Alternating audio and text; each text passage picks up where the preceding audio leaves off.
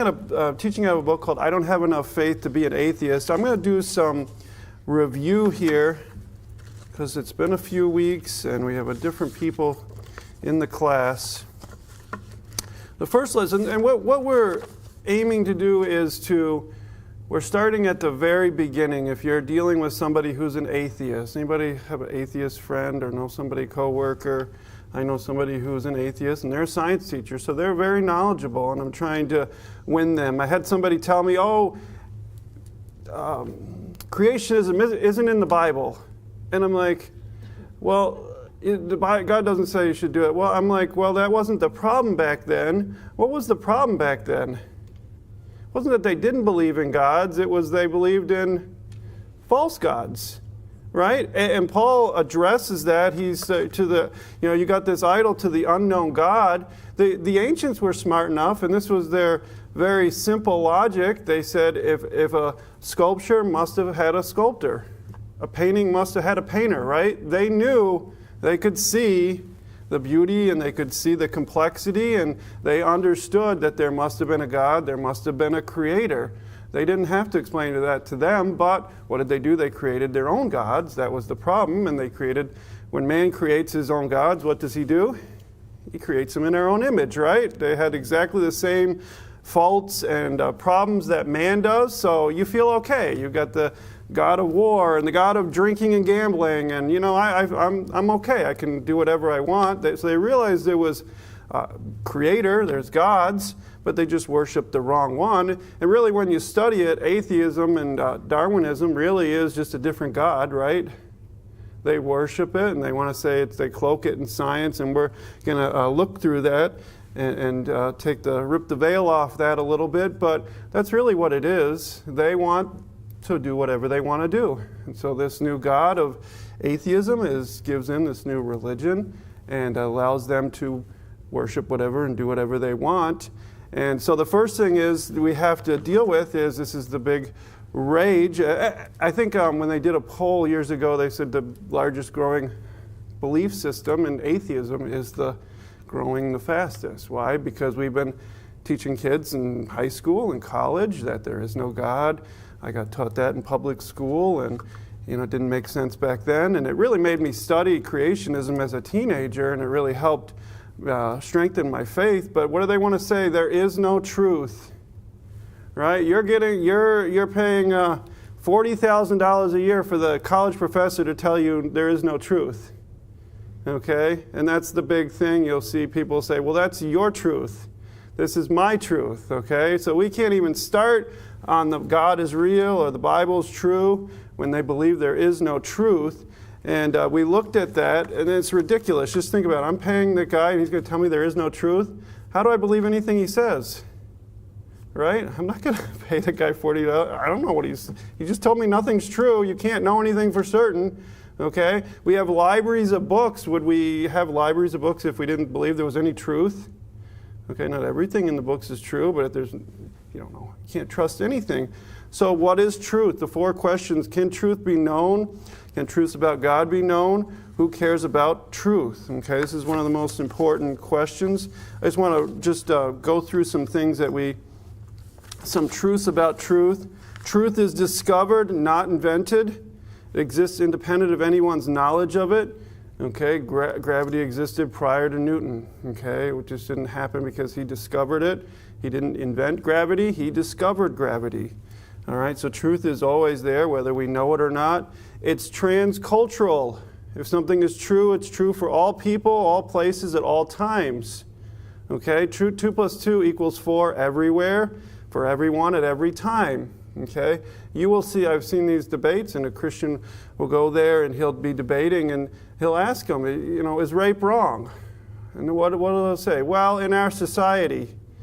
And they go, it could be okay in some other society. And that's what they're basing the truth on, culture and society. And no, it's wrong for any society, any culture, anywhere, anytime. 2 + 2 always equals 4. If a culture decides 2 + 2 = 5, does that make it true? No, it's a lie. Truth is transcultural. Truth is unchanging.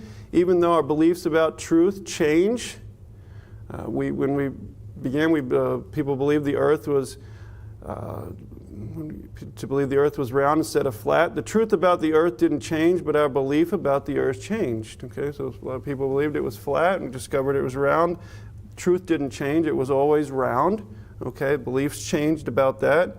Beliefs cannot change a fact no matter how sincerely they are held. Someone can sincerely believe the world is flat, but that only makes that person sincerely mistaken. A lot of people, well, they're different religions. They're sincere. And I've met a lot of people from different religions, and they're very sincere. They wouldn't be doing it if they didn't believe it was true, but you can be sincerely wrong. Truth is not affected by the attitude of the one professing it. An arrogant person does not make the truth he professes false. A humble person does not make the error he professes true. So just some truths about truth. And you'll find very, very intelligent people will say there is no truth. What is wrong with that statement? How do you know that's true? Okay, you are making a truth claim. That's a self-defeating argument. When people say there are no absolutes, are you absolutely sure there are no absolutes? Okay, they're saying, I absolutely know that there are no absolutes. It's a self-defeating statement. You think, how could anybody be so dumb? But that's what they believe, and people will say that, and I've heard people say that, and it's self-defeating statements. All truth is relative. Is that a relative truth? Okay, so just some things, when people come at you and they'll try to shut you down, well, there is no truth. We can't even know anything about truth. We can't know that. We want truth really in every area of our life, don't we? Okay, when we read the back of ingredients on something we buy, we want to know that it's accurate. We're going to be mad if it's not. Okay, especially if you're gluten-free or you have an allergy, you want the truth, and we're going to be upset. We want the truth in the newspaper. Our spouses, we want them to tell the truth. I told the story of my wife. I asked her when the football game is, and she told me it was Monday, and it was Sunday. And I almost missed it, but lucky I had already looked it up and I already knew what time, and I don't trust you anymore. And then the next week it was Monday and I didn't realize it was Monday, and she told me, and I don't believe you anymore. Show me on the phone and then I will believe it. I've lost trust. I'm not going to miss the game because you told me it was Monday and it was Sunday. We want trust in relationships, but we think, well, we can't have any truth in religion or morality, and that's not true. So truth exists, okay? And we did look at pluralism. That's the belief that all religions can be true. Can they all be true? No. Okay, they cannot all be true. Okay, they contradict each other, or they have some similarities. Okay, but they have a lot of differences, and they cannot all be true. Okay, even complete agnosticism or skepticism is self-defeating. Agnostics and skeptics make the truth claim that truth claims cannot be made. Okay, so you can't really be an agnostic or a skeptic. All religions do not basically teach the same thing. Most religions have beliefs that are true. Not all religious beliefs can be true. They are opposites. Some religions must be wrong. So that's another one they'll throw out there is, well, all religions are basically the same. Well, no, they're not. Okay? They want you to just be tolerant of everything, every belief system. Okay? And we're not rude to people. We're not mean, but it doesn't mean you're right. Okay? So we looked at truth can be known. Now we're looking at, is there a God? And we've been going through some arguments for there is a God. We looked at, if you study what they did in the they had all these different theories about how the universe came into being. The latest one, or the one they had in the 1950s, was called the steady state theory. They believed that the universe was eternal. Okay?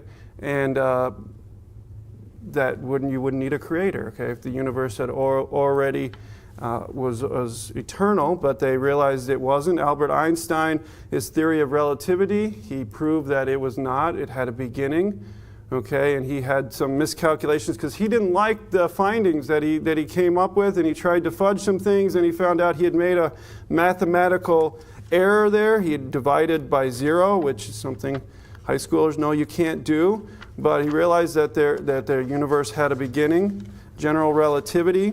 So there's the cosmological argument, and that really is the beginning of the end for atheism. The universe had a beginning, then the universe had a cause.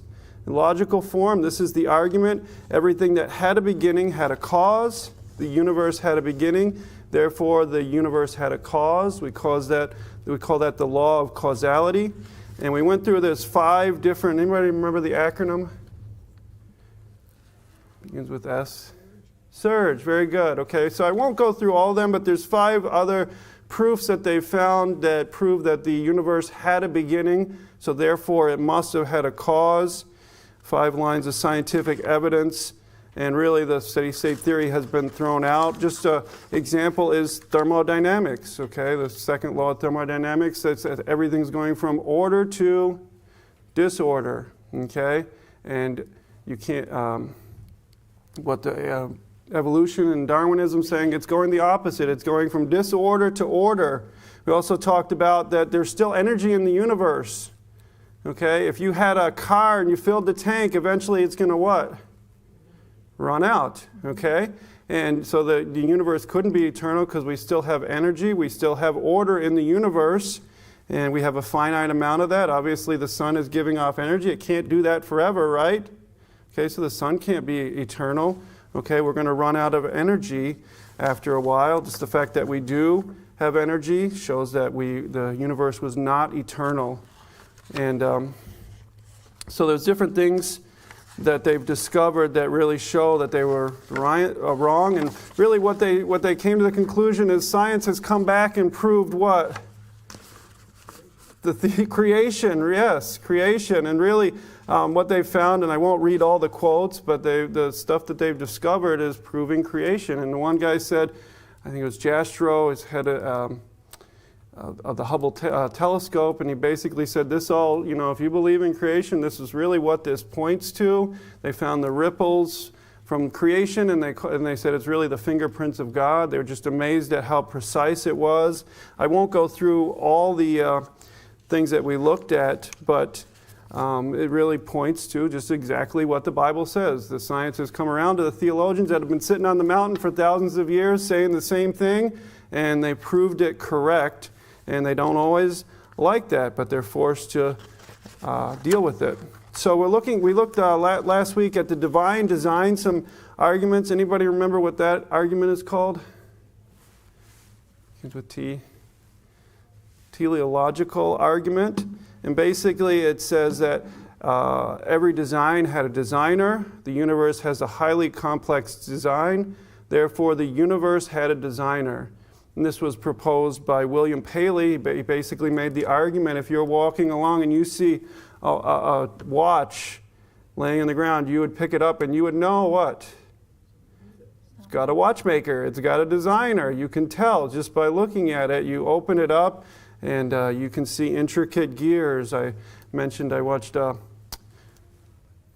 during the Thanksgiving break, I watched a thing on Rolex and how they made that and how intricate it was. And they had the pocket watches, and he wanted to make a wristwatch. And they said, you can't make the gears and everything that small. And he said, I'm going to do it. And that's where Rolex came about, was he was able, the intricate gears. And we can look at that and say, hey, this has a designer.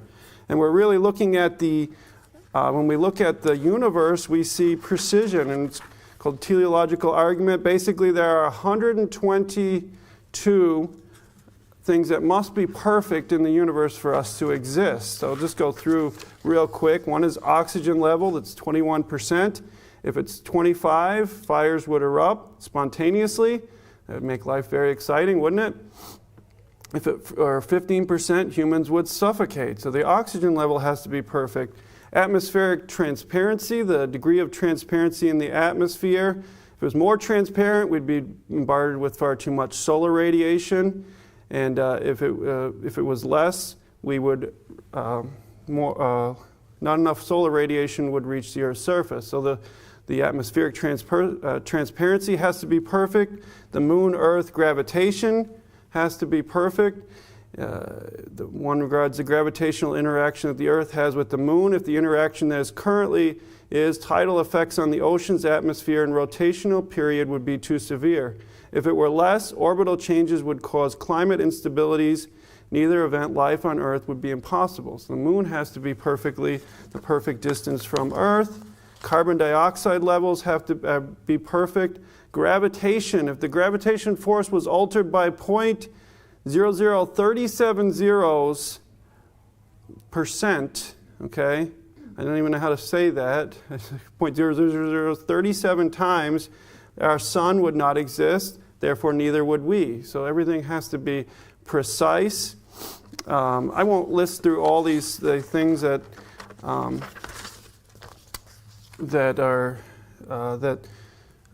the different things that are required. But how do atheists respond to this proof of God? So fine-tuning, you can actually look it up, and there's videos on there and on YouTube, and they'll talk about fine-tuning, and that's one thing that atheists don't really have an answer.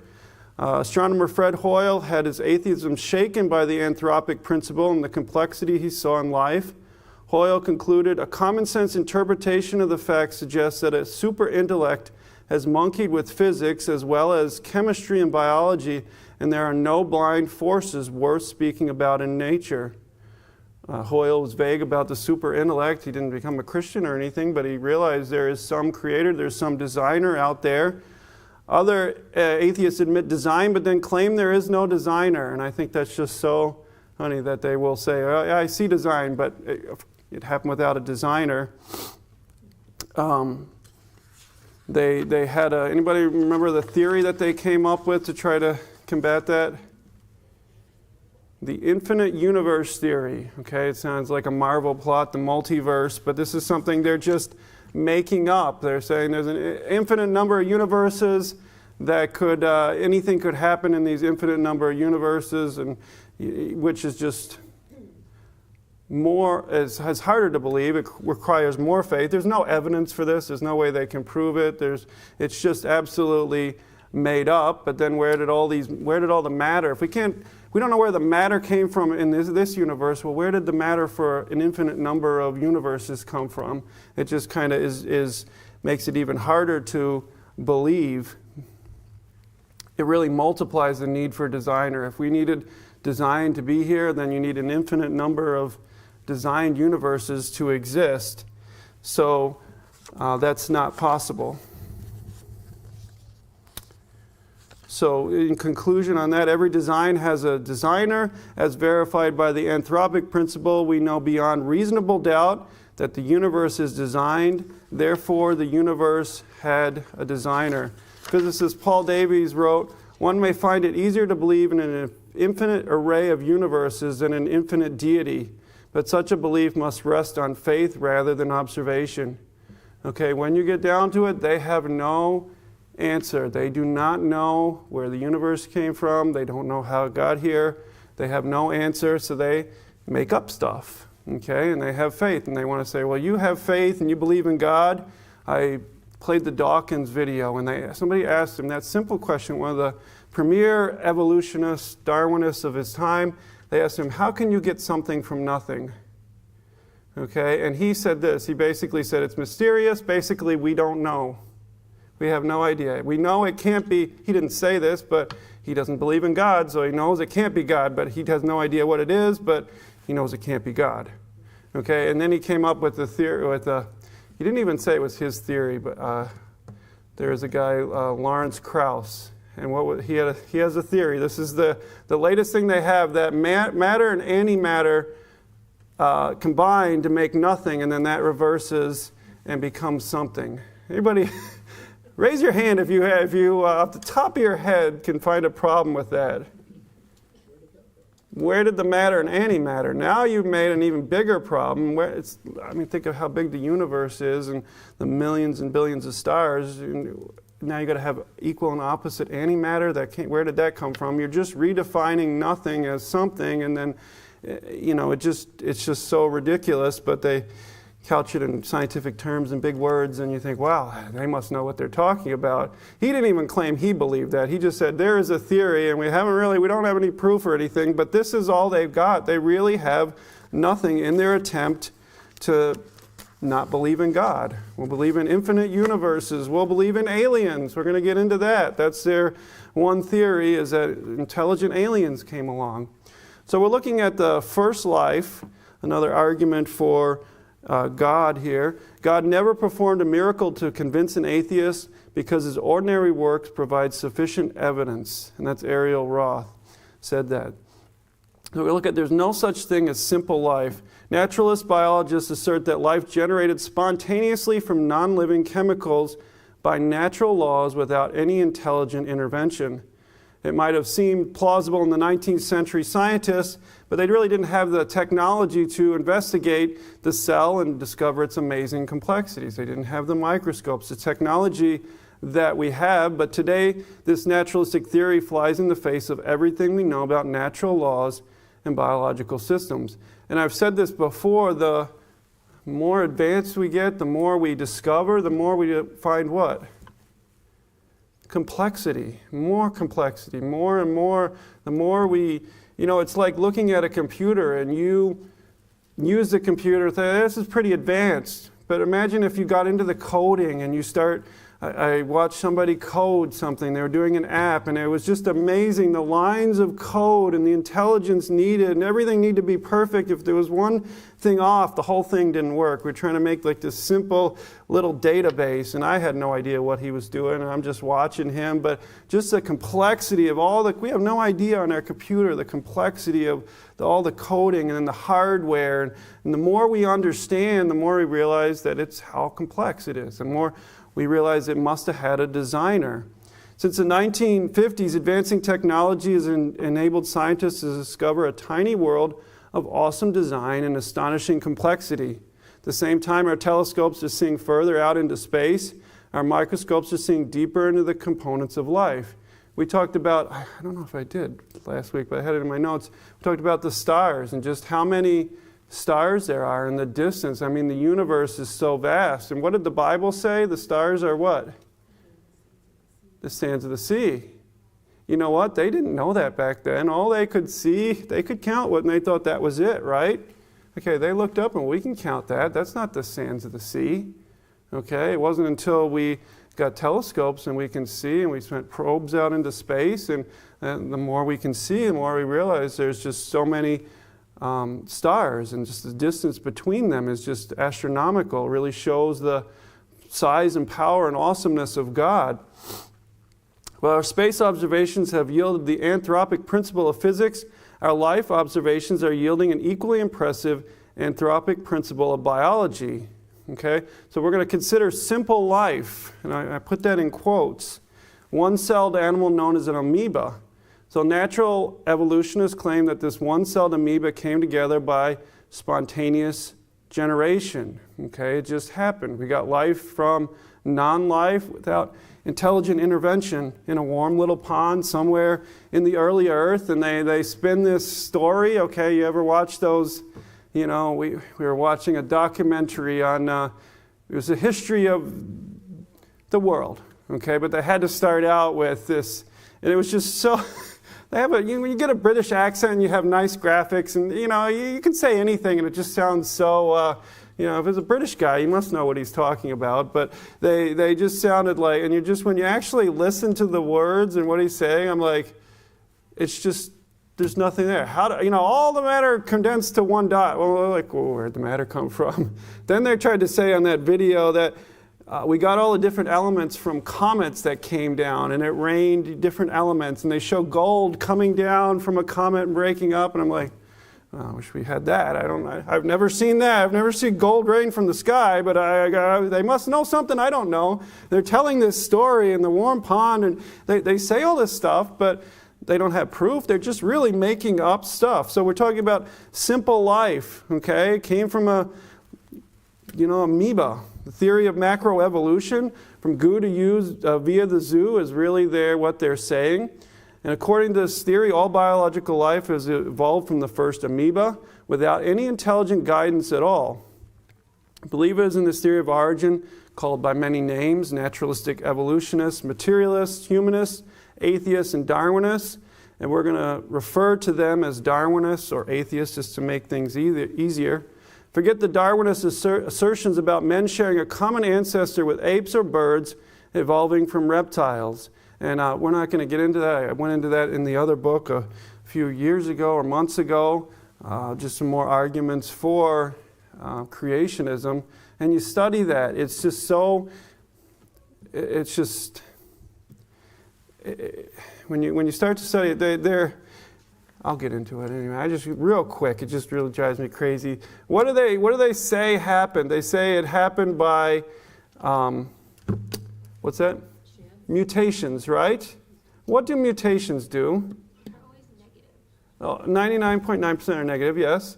They scramble the information that's there. They don't create any new information, okay? If you have a birth defect, if somebody hears that, that means something, the information got scrambled, it's not in order. Nobody wants a birth defect. Nobody's saying, oh, my kid got a mutation. Yay, they're going to have superpowers now, like the X-Men. Nobody wants that, okay? But it scrambles the information. It creates no new information, number one. And then if something happens, then somebody else has got to have that same mutation and then to pass it down. And then you think about it, they want to say I think dinosaurs went to birds, right? Okay, but if you look at it, the arms went to wings, but everything in between doesn't function as an arm or a wing, right? Okay, it's useless. If you got a half arm and half wing, it's not going to be able to fly, and you're not going to be able to use it as an arm, right? They have no fossil evidence of this. They want to use the one bird. We were in the Natural Museum, and I wanted to get it in with that guy, but we had the kids, and they were hungry, and we had to go. And he's like, well, there's plenty of intermediate fossils, Archaeopteryx, and that's like one bird. It's actually a full bird with full feathers, and even the evolutionists say it's a bird. But I'm like, you have nothing, no proof in between, but you want to say this. But anyway, there's so many flaws in that. It just, when you really study it, they want to give you the one example. They want to say viruses that mutate and then they're resistant. Okay, you know why they're resistant to some drugs? Because they've lost information and that drug no longer affects them. Okay, it's basically like if we lost the sun, okay, and then blind people would do better, right? Okay, and it's like they're already used to functioning without light. It's like saying, look at that mutation, isn't that wonderful? That really helped that person. Okay, and they would do fine, and we would all struggle. And that's basically what they're saying when they use that one example of a good mutation that they can think of. But there's less information in that. That's why the drugs that we have don't affect the viruses. But so it doesn't create any new information. It doesn't work. It's just we don't see it happening. And then they want to say, well, it happened over billions of years. And I'm like, then they realize there's no evidence for it. Then they say, well, it happened quickly, just sudden. I forget what the term is, but it happened really quickly, and that's why we don't see fossil evidence of it. But it's just ridiculous when you study it. It's just made up. But we're looking at the origin of life here. How do you get life from non-life? We don't see that, do we? Okay. So explain the origin of the first life. For unguided naturalistic macroevolution to be true, the first life must have generated spontaneously from non-living chemicals. Okay, so just no guidance, nobody doing anything, just some chemicals got together and suddenly we have life. Unfortunately for Darwinists, the first life, indeed any form of life, is by no means simple. This became abundantly clear in 1953 when James Watson and Francis Crick discovered DNA, the chemical that encodes instruction for building and replicating all things. Okay, so as what we're saying is science is actually showing things are more complex, that there is more need for a designer.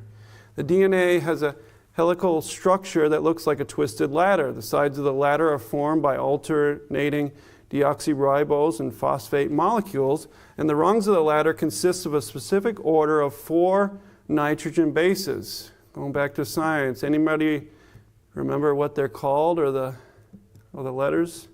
We'll give out candy.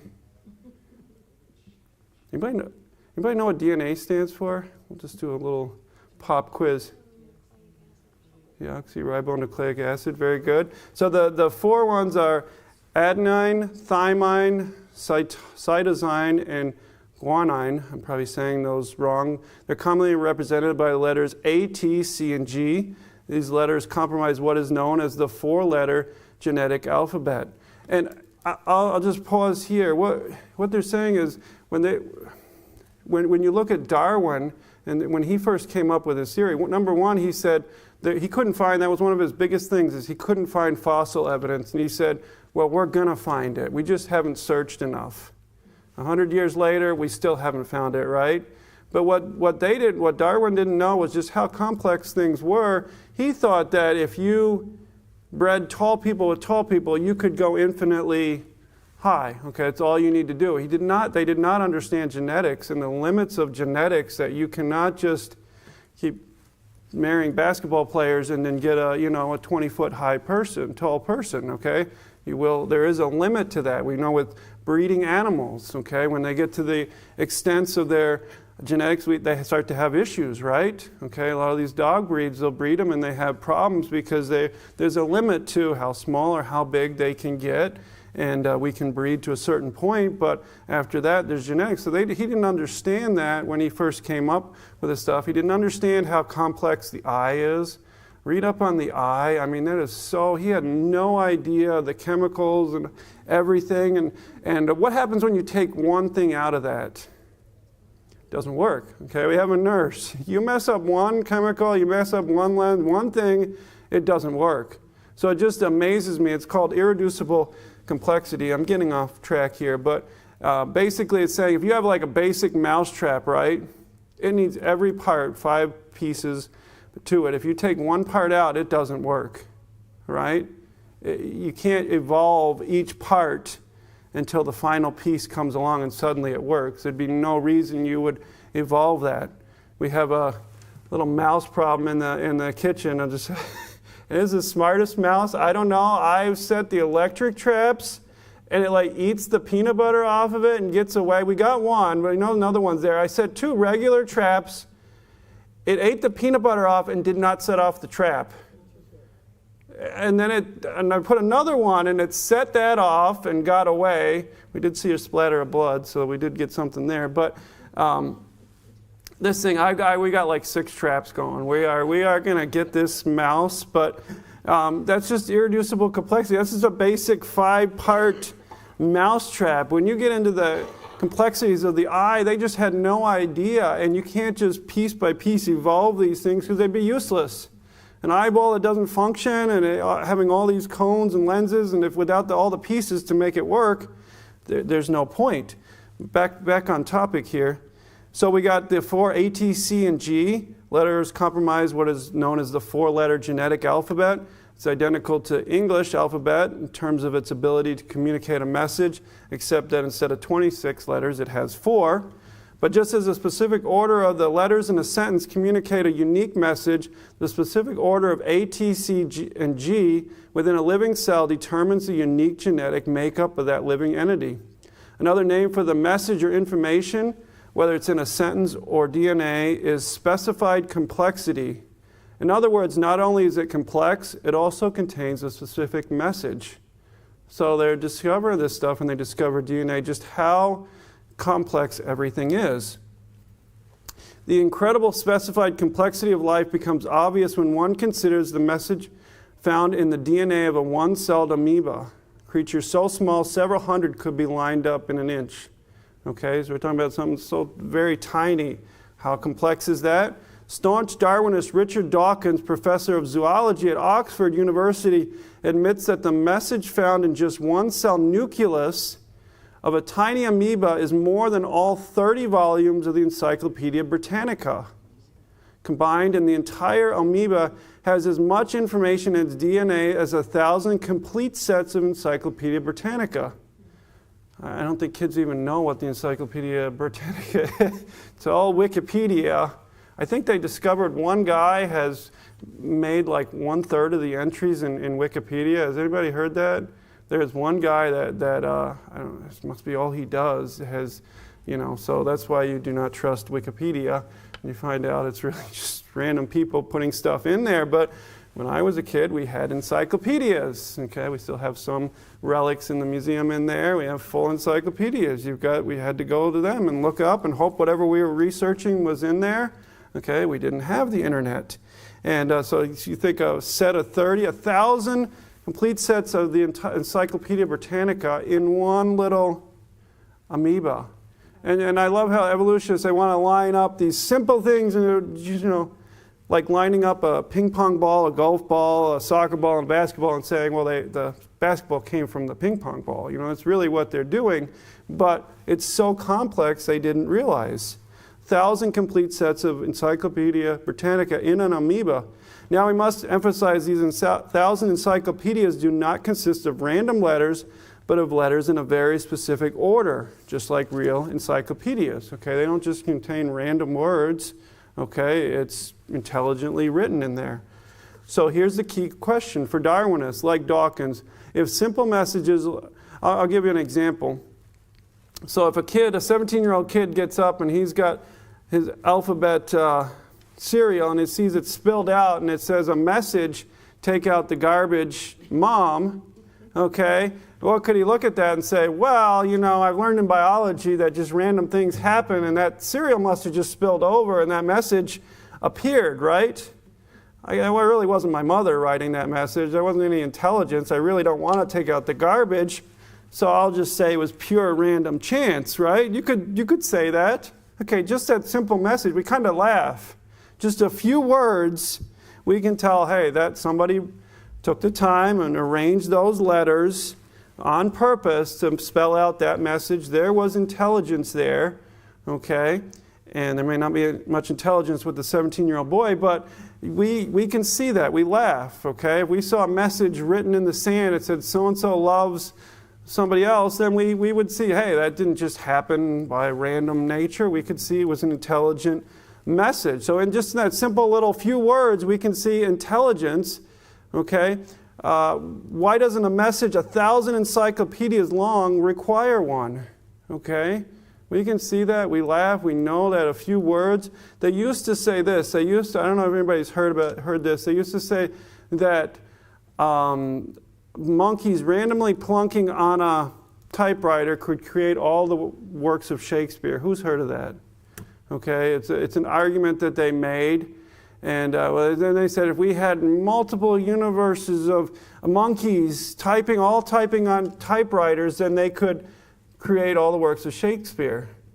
It's absolutely false. Okay, they couldn't even get one sentence of Shakespeare written. Think about I had it in another book, I had it somewhere else, but think of it. Each letter is what? 1 over 26, right?